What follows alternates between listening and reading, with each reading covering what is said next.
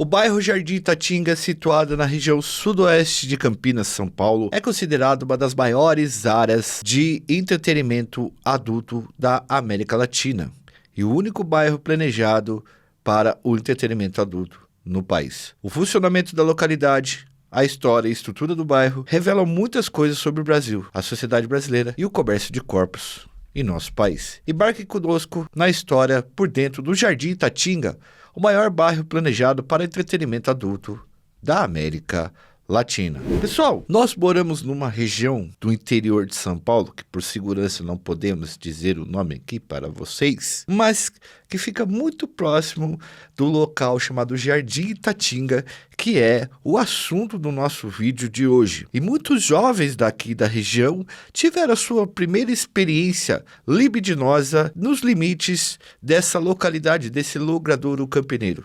Além disso, fica perto do aeroporto de Viracopos e a gente não vai ficar fazendo muita propaganda aqui, porque ninguém lá no bairro está nos pagando para conseguir clientes para o pessoal que trabalha por lá. Mas hoje nós vamos fazer um especial contando essa história para vocês em detalhes e todo o funcionamento desse local, com essa análise historiográfica e sociológica que a gente sempre faz sobre os assuntos que nós trabalhamos aqui, certo? Enquanto Edu roda a vinheta, vocês deixem o seu like, se inscrevam no canal, ativem o sininho, porque a vinheta agora está sendo colocada para vocês não esquecerem de fazer essas três coisas, certo? Edu, roda a vinheta.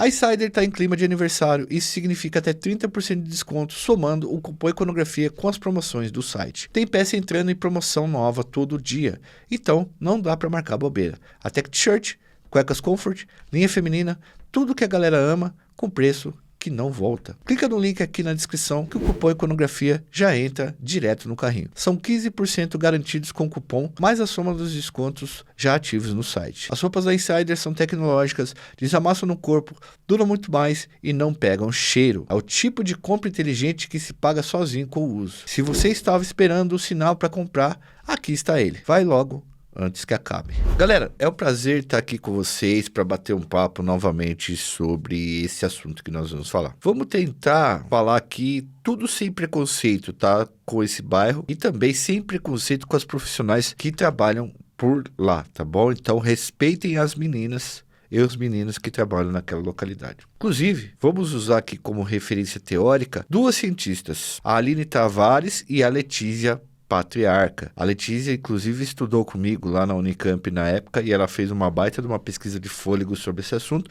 Um abraço para você, Letícia. A gente vai usar essas autoras acadêmicas porque até para falar de zona aqui a gente usa referências acadêmicas e de credibilidade. Novamente, não é só contar a história, mas também é oferecer para vocês uma análise sociológica e historiográfica sobre o assunto. Como eu disse para vocês, tanto eu quanto o Fernandão aqui, a gente mora muito distante desse bairro, né? Na verdade, uns 20 minutos mais ou menos. 25, Fernandão? Eu acho que sim, primo. Você já foi lá, Fernandão? Ó, primo, eu nunca vi nem comi, eu só ouço falar, hein? Fernandão disse que nunca foi lá. Ele é da igreja. Eu também nunca fui, nem passei perto, só ouvi falar, tá? Vamos lá. Aqui na nossa terra, tem até uma gíria pra falar no meio da madrugada quando os caras resolvem dar um pulo no Jardim Itatinga. Os caras falam assim, ó, partiu. É uma ceia que todo homem de certa idade já conhece. Tem gente que usa teletransporte, que a gente fala aqui. O cara toma umas cachaça, dorme e o carro acorda lá. Dizem, né? Bom, bora pra Campinas, então, no interior de São Paulo, uma das maiores cidades do estado. Campinas fica a mais ou menos 90 quilômetros da capital paulista. Ela é uma das maiores cidades do estado. Hoje deve ter 1.200.000 habitantes, mais ou menos.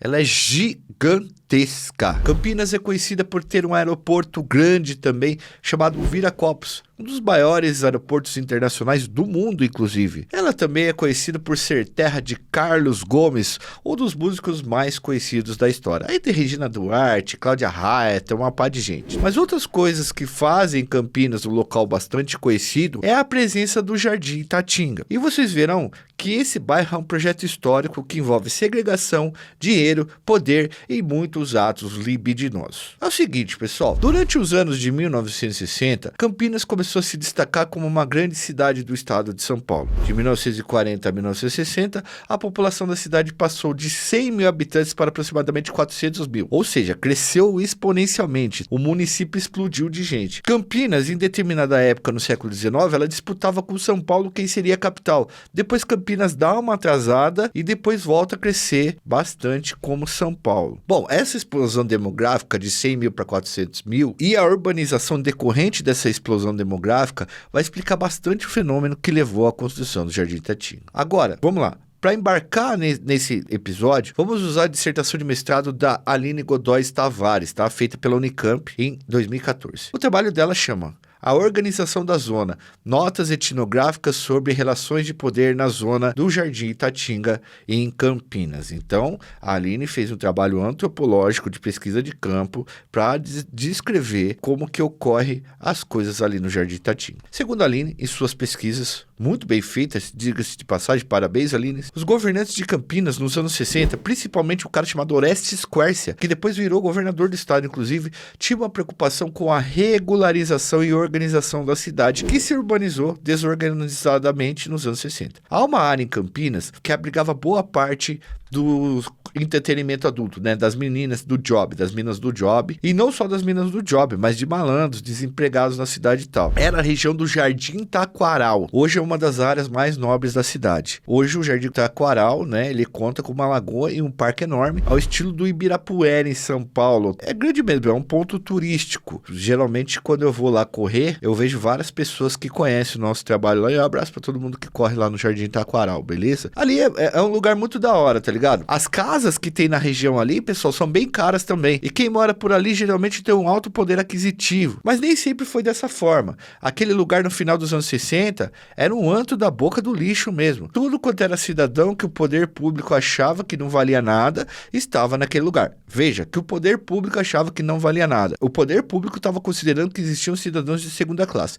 Então era como se fosse uma área do meretrício, do baixo meretrício ali mesmo, tipo como é na Vila Mimosa, tá? E os espaços de entretenimento adulto ali eram naquele local. Então a prefeitura lança um projeto conhecido pelos estudiosos do urbanismo como cidade legal. Esse é um termo usado para projetos que visam regularizar lotes e delimitar áreas na zona da cidade. Então assim, ó, como Campinas estava desorganizado urbanisticamente, porque teve um crescimento gigantesco, tipo assim, de uma hora para outra, em menos de 10 anos, você passa de 100 mil para 400 mil pessoas, você precisa reformular a cidade e reorganizar a cidade, urbanisticamente. O Taquaral, ele era algo que não ficava muito longe do centro de Campinas, da região central. Então, esse projeto, né, é o tipo de projeto que é usado como uma forma de excluir populações mais pobres e indesejáveis e ajeitar a posição geográfica para os mais ricos, você entendeu? Então, cria-se bairros que são planejados, enquanto a população vai sendo afastada ali, a população mais pobre vai sendo afastada para não ficar na vista das pessoas. Bom, o governo e a polícia iniciaram uma operação nos anos 60 chamada Operação Limpeza. E limpeza, lógico, muito entre aspas, né? Esse era o nome dado mesmo pelos caras. A ideia era transferir as minas do job e a população de rua, desempregados, enfim, cafetões e tal, da boca do lixo para outros lugares. Taquaral fica próximo da região central, como eu falei para vocês. Então, a polícia começou a passar por lá e catalogar quem era envolvido com o trabalho do job ou coisas ilícitas. Lembrando que o trampo do job não é proibido no nosso país. O proibido é fazer o gerenciamento do trampo do job. Esses fatos foram encabeçados pela Delegacia de Costumes da época. Era uma espécie de instituição que zelava pelos valores da família, mas no fim das contas era uma delegacia para prender malandro. Tá? Em Minas do Job. Muitas dessas pessoas, elas começaram a ir para o centro também, porque estavam sendo expulsas da região do Taquaral. A polícia começa a ameaçar as pessoas ali e exigir que elas se mudem de lugar. Caso não se mudasse, eles enquadravam essas pessoas em duas leis específicas. A primeira é a lei da vadiagem e a segunda a lei do rufianismo ou lenocínio. Essas leis, elas existem até hoje no Código Penal. São os artigos 228, 229 e 230. Se liga na redação, que é o crime contra os costumes. Induzir ou atrair alguém ao atos libidinosos pagos ou outra forma de exploração. Facilitá-la, impedir ou dificultar que alguém a abandone. Olha o 229. Manter por conta própria o terceiro estabelecimento que ocorre exploração, haja ou não intuito de lucro ou mediação direta do proprietário ou gerente. Essas são leis que zelam para que as meninas do job não sejam exploradas e para que você não crie centros de comércio muito grandes dessas, a famosa casa de zona. Tinha também a lei da vadiagem, que era entregar-se a alguém habitualmente a ociosidade, sendo válido para o trabalho, sem ter renda que lhe assegure meios bastantes de subsistência ou prover a própria subsistência mediante ocupação ilícita. Essa lei da vadiagem foi feita especificamente para prender pobre preto que não trabalhava, tá, pessoal? A polícia chegava, pedia carteira de trabalho pro cidadão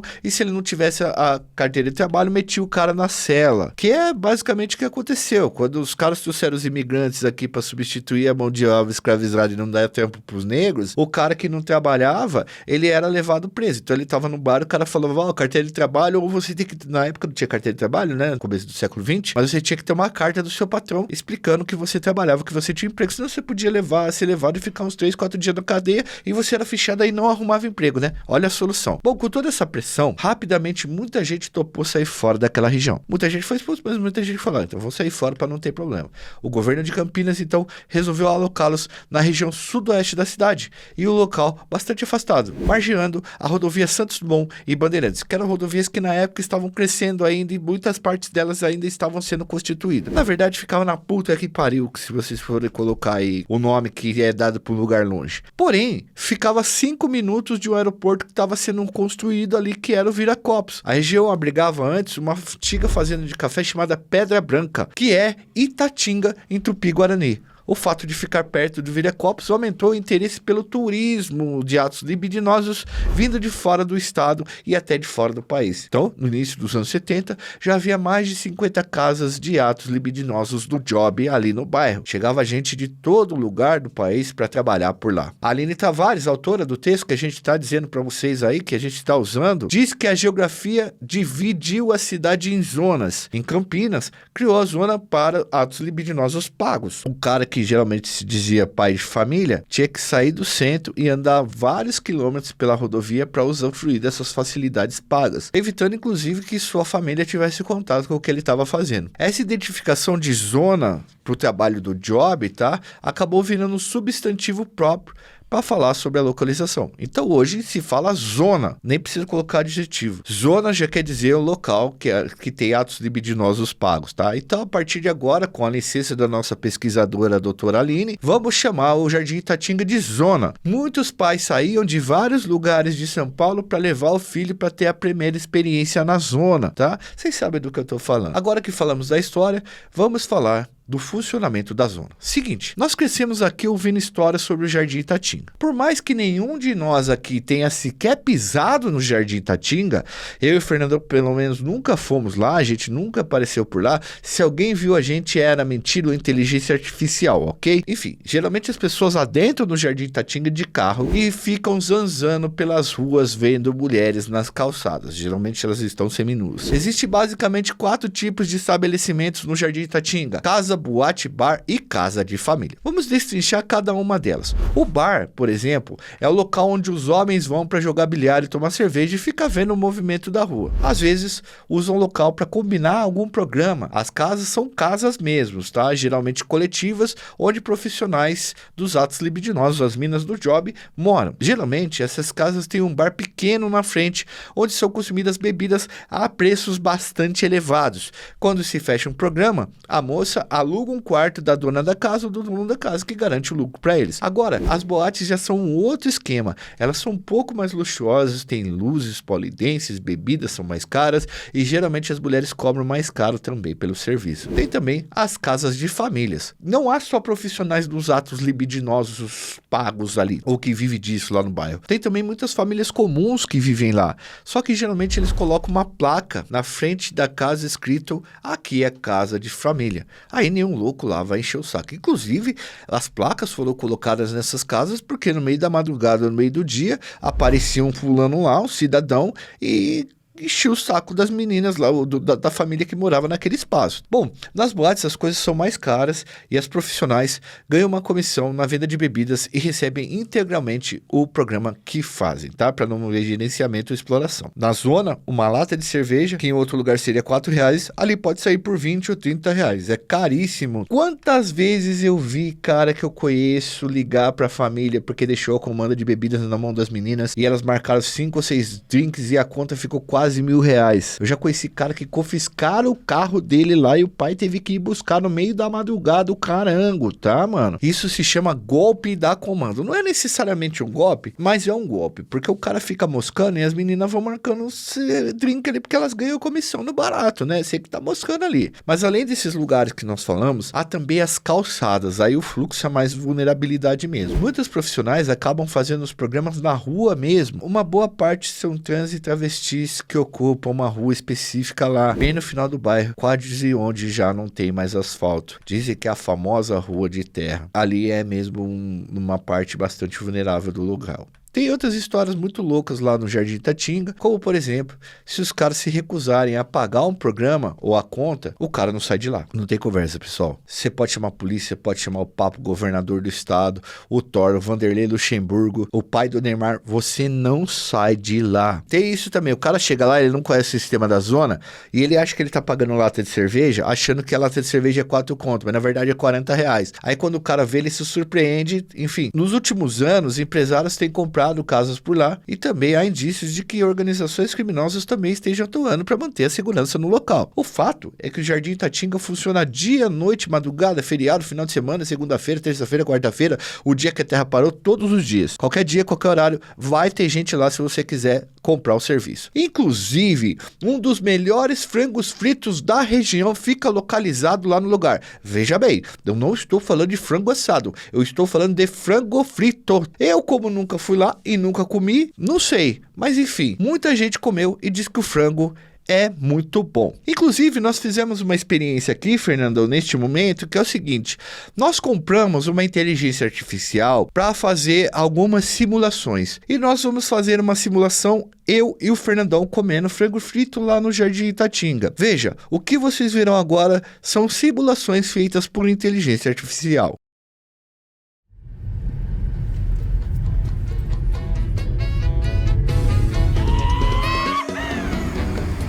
Ó, tem o cachorro já aqui, ó. Aqui é o famoso frango frito do Jardim Itatinga. Muito famoso aqui, na quebrada. Tá aqui pra você ver, ó. É uma área conservadora. Proibido estar sem camisa, com capacete ou com roupas íntimas.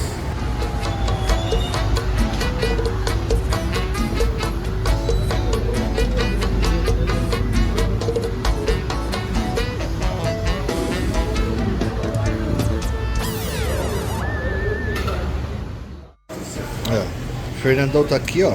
Já colocar o prato. Pode colocar o prato aí, Fernandão. Lembrando que isso aqui é inteligência artificial, então na verdade nós não estamos aqui, a gente só tá gravando. Um limãozinho. E a minha inteligência artificial pediu salsicha no Itatinga. Salsichão no Itatinga. Tá bom aí, Fernandão? É inteligência artificial que tá representando o Fernandão. Tá lindo, primo.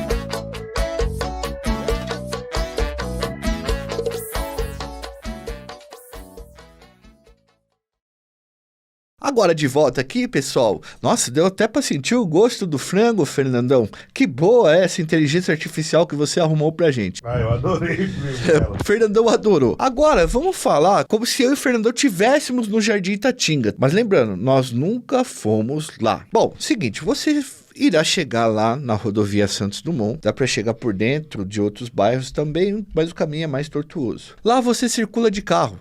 Geralmente só para ou só desce se for para beber algo ou negociar alguma coisa com as meninas. Dá para trafegar por pelo menos 12 ruas ali. Na entrada existem postos de gasolinas e hotéis. Mais uma vez, no Itatinga, para dentro, você começa a percorrer as ruas. O congestionamento é grande e quase todo mundo está chapado no volante. Muitos ficam chamando as profissionais e perguntando o preço, e elas se exibem e negociam com o motorista ou com os passageiros. Nas ruas existem um mano do chamado. Chama o mano do chamado. São caras que ficam na porta das boates chamando os caras para entrarem e oferecendo atrações que tem dentro do lugar. As casas mais famosas lá são os Galo de Ouro e o Las Vegas Night Club. Mas conforme você vai se aprofundando para dentro do bairro, vai encontrando tudo quanto é gente, tudo quanto é preço e tudo quanto é estabelecimento para você se divertir por lá. As ruas mais escuras e mais ao fundo são os locais que ficam as minas do job mais velhas, que não conseguem cobrar um preço mais caro, então elas não conseguem ocupar as áreas mais nobres ali, que são as 3, 4 ruas centrais. E também ficam ali as travestis e as trans. A Avenida Central geralmente é o local onde ficam as moças que cobram mais caro, as principais boates e casas. No passado existia muita briga ali. Hoje já não existe mais, pois brigar num local desse pode trazer sérios problemas e pode levar você para um debate que você não gostaria de ir. O Jardim Itatinga é um lugar majoritariamente masculino, tá, pessoal? A maior parte das casas é virada para o entretenimento de homens. O uso de mulheres para o entretenimento de homens. Mas é o local onde fica muito claro que os caras estão indo lá para isso. Muitos caras não vão para negociar programas, vão lá para zoar, para curtir, falar, vamos na zona. Até hoje, o bairro lota muito, principalmente aos finais de semana. Apesar das metamorfoses já ocorridas no mundo do entretenimento adulto, pois uma parte significativa das acompanhantes vende sua força de trabalho em sites e aplicativos, então assim, hoje as meninas abriram plataformas online, elas vendem com local próprio, online e tal, tem mais segurança para ela e tal. Apesar de tudo isso, o Jardim Itatinga continua sendo um espaço de bastante frequência, né? Porque as pessoas frequentam bastante ainda muito. Bom, além de tudo isso, fica ali ao lado do aeroporto Viracopos e parece que cada vez mais lota de pessoas ali esperando o verdadeiro entretenimento adulto e buscando ali as meninas. Eu não tô falando para nenhum de vocês irem lá. Tirem as crianças da sala para vocês assistirem esse vídeo, apesar que tá tarde já para avisar isso daí, mas era um vídeo que a gente queria trazer para vocês aqui. A gente já fez ele uma vez, mas a gente gostaria de trazer de novo aqui para vocês como um especial, para vocês conseguirem entender melhor tudo o que está acontecendo, tá? Eu espero que vocês tenham gostado, pois houve uma grande campanha de todas as pessoas para que a gente refizesse ele. E pelo amor de Deus, pessoal, deixa seu like, se inscreve no canal e ativa o sininho para que a gente possa produzir cada vez mais e melhor para esse vídeo chegar nos outros. Também, se possível, ajuda a gente no Apoia-se a partir de R$2 por mês. Vocês nos dão uma força, ajuda a gente a produzir cada vez mais e produzir cada vez melhor. E toda sexta-feira vocês têm um conteúdo diferente para vocês aí, como recompensa por estar nos ajudando. Assim como virar membro do nosso canal. Por menos de uma lata de refrigerante por mês, vocês conseguem virar membros do nosso canal e ajudar a gente a produzir cada vez mais e cada vez melhor. Beleza, pessoal? Até mais. Fui. Valeu.